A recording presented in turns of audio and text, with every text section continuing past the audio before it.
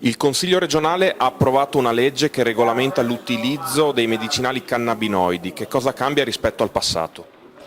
Intanto cambia l'idea che noi abbiamo di che cos'è un medicinale cannabinoide a base di cannabis.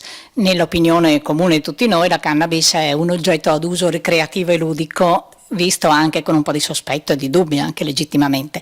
In verità i cannabinoidi hanno anche un potente effetto farmacologico, soprattutto per combattere il dolore e per combattere la spasticità, e vengono pertanto utilizzati in patologie importanti e molto invalidanti dopo che altri farmaci hanno dimostrato di non essere sufficienti. Nel 2014 finalmente lo Stato italiano ha decretato la possibilità e l'opportunità di coltivare direttamente sul territorio italiano. Questo cambia molto perché la necessità di importare i farmaci da altri stati aveva elevato moltissimo i costi di produzione, di importazione, di commercializzazione e spesso creato delle importanti difficoltà per i tempi di attesa di questi farmaci, e quindi i pazienti erano costretti a pagarli di tasca propria o a sospendere le terapie per tempi anche abbastanza lunghi.